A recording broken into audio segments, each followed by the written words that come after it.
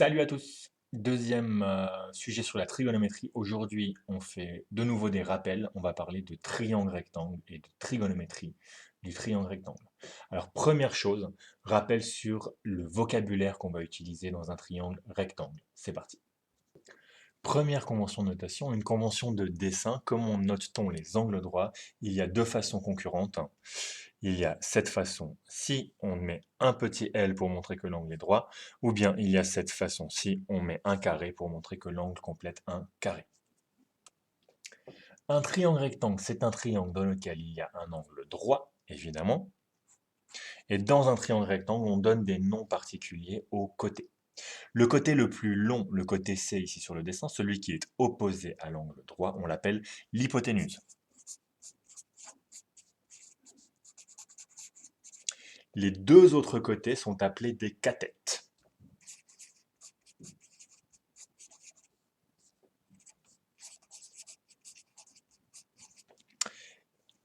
Pour les différencier, si on choisit un angle, par exemple ici je mets un angle X, le côté A est adjacent à l'angle X, donc c'est la cathète adjacente. Le côté B est opposé à l'angle X, c'est la cathète opposée. Et oui, on dit bien une cathète, et on dit d'ailleurs aussi une hypoténuse. Deux fondamentaux du triangle rectangle. Tout d'abord les angles. J'ai déjà noté un des angles X, si j'appelle l'autre Y, qu'est-ce qu'on sait? On sait que la somme des angles d'un triangle vaut 180 degrés, donc X plus Y plus un angle droit vaut 180 degrés. Ce que je peux aussi écrire comme X plus Y égale 90 degrés. La somme des deux angles d'un triangle rectangle, les deux angles qui ne sont pas droits, vaut un angle droit, 90 degrés. Ça peut encore s'écrire X égale 90 degrés moins Y. En radians, que trouve-t-on? Eh bien, en radians, si je réécris exactement la même chose, j'obtiens pour 90 degrés la valeur pi sur 2, un angle droit en radians, c'est pi sur 2. J'ai x égale pi sur 2 moins y, et inversement, y égale pi sur 2 moins x. Finalement, dans un triangle rectangle, le ô combien célèbre théorème de Pythagore, qui nous dit que la somme des carrés des cathètes vaut le carré de l'hypoténuse. Voici ici une série de triangles rectangles. Qu'est-ce que ces triangles rectangles ont en commun? Ces triangles rectangles ont en commun qu'ils ont tous un même angle, ici, x. Ces triangles ayant un même angle x, le deuxième angle, celui qui n'est pas droit, est le même pour chacun des triangles, puisqu'on a vu juste avant que le deuxième angle complète le premier jusqu'à 90 degrés. Donc x égale 90 degrés moins y, ou y, le deuxième angle qui serait ici, vaut 90 degrés moins x. Donc ces triangles ont tous les mêmes angles. Que sait-on sur des triangles qui ont les mêmes angles? On sait une chose, c'est le théorème de Thalès. Alors, laissez-moi nommer quelque chose ici. Par exemple, je vais prendre ce triangle ici, et je vais nommer ce côté A1, ce côté B1 et ce côté C1. Ici, dans ce triangle-là, attention, je vais les nommer de façon à respecter l'orientation du triangle. A, c'était la cathète adjacente à X, donc ici, je pourrais mettre A2, ici, j'aurai C2, ici, j'aurai B2. Par exemple, sur ce triangle-ci, je pourrais nommer ça C3, ici, je nomme ça A3, et ici, je nomme ça B3. Identiquement, je pourrais nommer chacun des côtés de ces triangles rectangles, mais j'en reste à 3. Que nous dit Thalès? Thalès nous dit que deux triangles qui sont semblables, qui ont les mêmes angles, ont des longueurs qui sont proportionnelles. Qu'est-ce que ça veut dire proportionnel? Proportionnel, ça veut dire si je compare par exemple le triangle A1 au triangle A2 et que je regarde le rapport de A1 sur A2, je trouve la même chose que le rapport de B1 sur B2, qui est la même chose que le rapport de C1 sur C2. Ça, c'est le théorème de Thalès. Cette équation, elle est très belle, mais on peut la rendre encore plus belle. En faisant ci, si je regarde la première ici, A1 sur A2 égale B1 sur B2, je pourrais essayer de grouper du même côté les termes A1 et B1 et les termes A2 et B2. Faisons-le. Si je divise par B1, je vais faire venir un B1 ici, A1 sur B1, et je vais multiplier par A2 pour faire passer ce A2 de l'autre côté. Je vais trouver ici A2 sur B2. Alors, qu'est-ce que ça change, vous me direz? Ça change que, ici, j'ai quelque chose qui ne dépend que du premier triangle. Ici, j'ai quelque chose qui ne dépend que du deuxième triangle. Et ce rapport est égal à ce rapport. Si j'applique la même chose à chacun des triangles, j'obtiens, encore une fois, le même rapport. Ce rapport ne dépend donc pas du triangle, mais bien uniquement de l'angle X. Comme les rapports des longueurs des côtés d'un triangle ne dépendent que d'un angle, on peut leur donner des noms.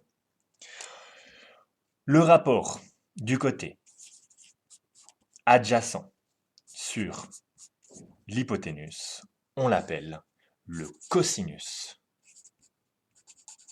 de l'angle X. On le note cos X. Le rapport du côté opposé sur l'hypoténuse, on l'appelle le sinus de X. On le note sinus X. Troisième rapport intéressant, le rapport du côté opposé sur le côté adjacent, on le nomme la tangente de X. Et on l'écrit tan de X. Les trois autres rapports existent. Adjacent sur opposé, on appelle ça la cotangente. Hypoténuse sur opposé, on appelle ça la sécante. Et hypoténuse sur adjacent, on appelle ça la cosécante. Mais en pratique, on a rarement besoin de les utiliser et on ne les utilise pas. Alors c'est bien beau tout ça, mais à quoi ça sert? À quoi ça sert? Pourquoi est-ce qu'on s'amuse à définir ce rapport et lui donner un nom? Eh bien, je vous propose de réfléchir là-dessus. Ici, c'est un petit dessin que j'ai fait. Imaginons qu'on veuille mesurer la hauteur d'une tour. Donc là, j'ai dessiné une tour moderne, mais il faut bien se dire que la trigonométrie a été inventée dans l'Antiquité. Donc il y a des questions très pratiques à l'époque. Ils n'ont pas des outils de mesure que nous avons. Imaginons que je veuille mesurer la hauteur d'une tour, mais je ne peux pas faire tomber quelque chose depuis la tour et mesurer tout ça. Par contre, ce que je peux faire, c'est me balader au sol et mesurer la distance que je vois ici.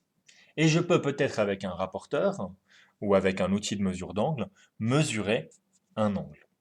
Eh bien, cette notion, ici ça va être la notion de tangente que je vais utiliser, cette notion de tangente, elle va me permettre de transformer ces deux informations en la troisième information qu'il me reste. Alors qu'est-ce que j'obtiens ici? La hauteur de la tour, si je l'appelle h, eh bien si je divise h par d, avec ce que je viens de définir, ça c'est la tangente de l'angle x. Si je transforme cette équation, j'obtiens que h égale la tangente de l'angle x fois d. Donc, si je suis capable de trouver la tangente de l'angle x, je peux trouver h simplement à partir de d. Ce qui m'amène à une question naturelle, comment calculer la tangente d'un angle?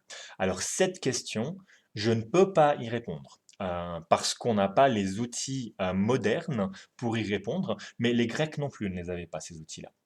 Donc, il y a plusieurs réponses. Il y a une première réponse, c'est peut-être que je peux simplement la mesurer. Je fais des angles, je mesure les tangentes en dessinant des triangles, en regardant les rapports, et tout ça, je le réunis dans une table de tangentes. Pour tous les angles possibles, je calcule la tangente à partir d'une mesure et je garde ça quelque part dans ma bibliothèque. Et le jour où j'ai besoin de faire un calcul, je vais chercher ma table de tangente.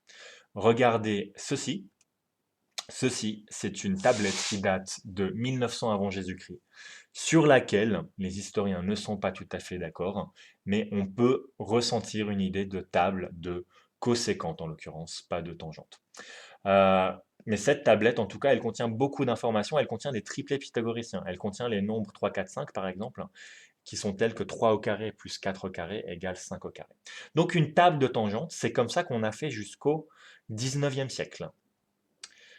De nos jours, on a des outils mathématiques pour calculer simplement à partir de la valeur d'un angle la tangente. Ces outils-là, ils sont compliqués, on ne va pas les voir, mais ils sont à notre disposition tout simplement avec votre calculatrice ou avec votre smartphone dans le monde réel. Donc, dans le monde réel, il suffit simplement de utiliser une calculatrice pour trouver la tangente d'un angle. Et donc, ce problème, on peut tout à fait le résoudre sans avoir la possibilité de monter sur la tour. Et là, je suis en train de montrer le problème qui est sur le papier. Dans certains cas, on peut calculer la valeur exacte des rapports trigonométriques en faisant de la géométrie. Exemple. Ici, on regarde un triangle équilatéral. Donc un triangle dans lequel chacun des côtés a la même longueur. Et cette longueur, je vais décider que ça va être 2. Je vais me poser la question, que valent ces angles? Je pense que c'est une question à laquelle vous savez répondre. La somme des angles d'un triangle vaut 180 degrés. Tous les angles sont égaux, donc cet angle vaut 60 degrés. Ou, en radians, pi sur 3. Comment calculer les rapports trigonométriques de cet angle? Eh bien, je vais tirer ici une hauteur, ce qui me donne ici un angle droit. Et dans ce triangle rectangle-ci, je suis capable de calculer toutes les longueurs, et donc tous les rapports trigonométriques. C'est parti. Appelons ici A la cathète adjacente, B la cathète opposée, et C l'hypoténuse, c'est-à-dire le côté dont on a déjà décidé que la longueur vaut 2. Que vaut A? Eh bien, A, c'est tout simplement la moitié d'un côté du triangle équilatéral, c'est donc égal à 1, puisque un côté vaut 2. Ensuite, on a le théorème de Pythagore qui nous dit que a carré plus b carré égale c carré. C'est-à-dire 1 au carré plus b au carré égale 2 au carré, 4. On voit donc que b égale 4 moins 1, 3 à la racine égale racine de 3. Très bien, avec ces informations, je suis capable de calculer tous les rapports trigonométriques de l'angle de 60 degrés, ou l'angle pi sur 3. Alors c'est parti, cosinus. Cosinus de pi sur 3. Le cosinus, c'est la cathète adjacente sur l'hypoténuse. C'est donc égal à 1 divisé par 2. Le sinus, c'est la cathète opposée sur l'hypoténuse. C'est donc égal à racine de 3 divisé par 2. La tangente de cet angle, c'est la cathète opposée sur la cathète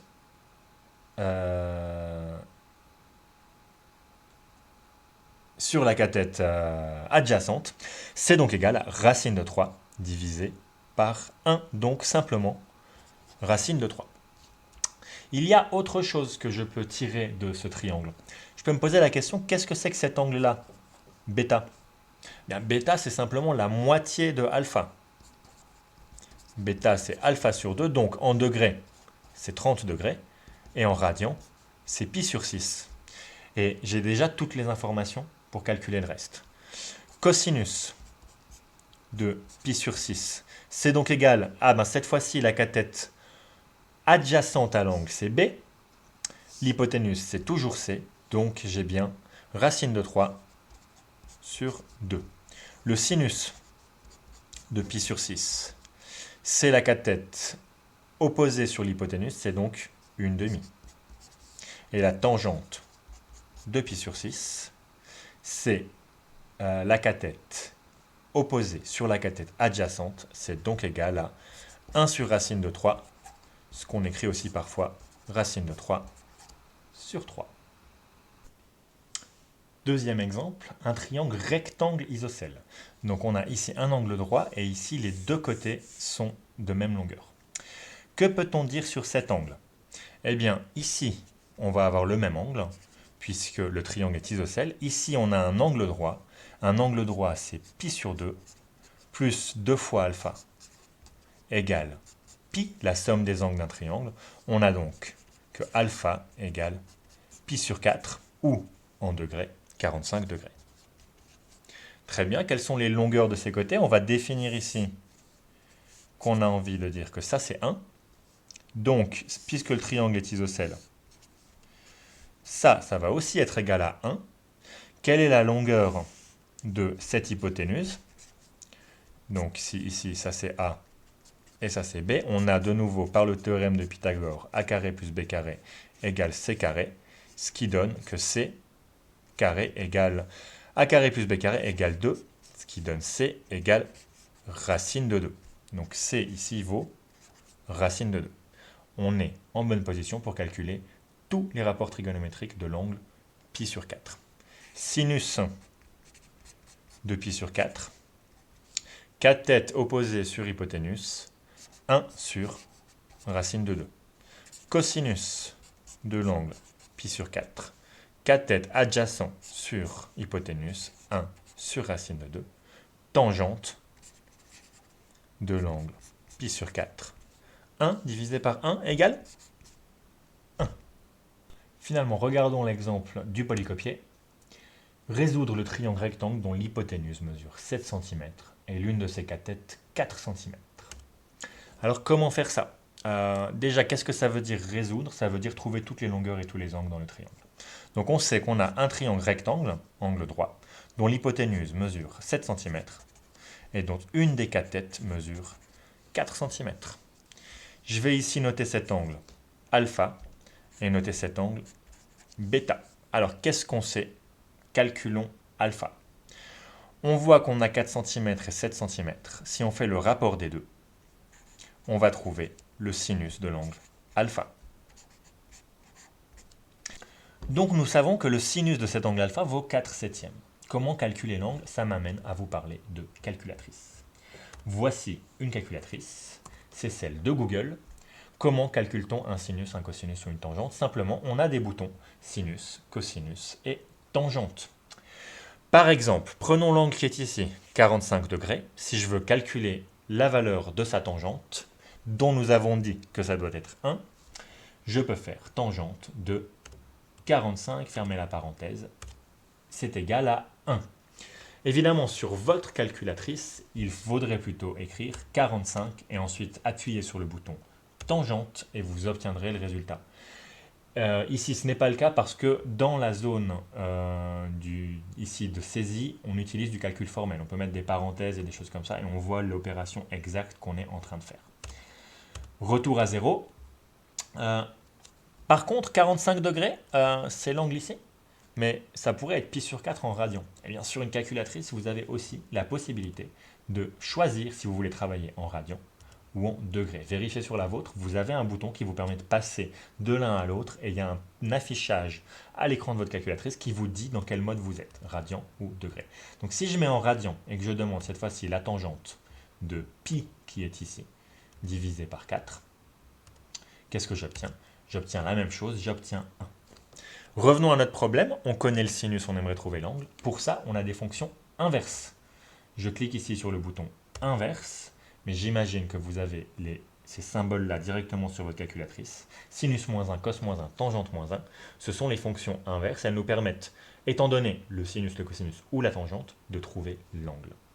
Ici, j'aimerais trouver l'angle dont le sinus vaut 4 septièmes. Je fais sinus moins 1 de 4 divisé par 7. Je vais mettre ça en degrés pour avoir le résultat en degrés. Qu'est-ce que j'obtiens? J'obtiens 34,8 degrés, ce qui est ici. Très bien. Bye bye calculatrice. Retour au problème. J'ai donc trouvé environ 34,8 degrés pour alpha. Que vaut bêta? Eh bien, nous sommes dans un triangle rectangle. Bêta vaut 90 degrés moins 34,8 degrés, c'est-à-dire très exactement 55,2 degrés. Que vaut ce côté-ci, que je ne connais pas? Eh bien, je peux le calculer à l'aide du théorème de Pythagore. Si je l'appelle A, j'ai A au carré qui est égal à l'hypoténuse au carré, donc 7 au carré, moins l'autre cathète au carré, donc moins 4 au carré. 49 moins 16, ça fait 33. J'ai donc A qui est égal à racine de 33. Puisque je suis dans un exercice où j'ai déjà fait des approximations, je peux me poser la question que vaut la racine de 33 et demander à ma calculatrice de le faire. Donc racine de 33, c'est égal à environ 5,75.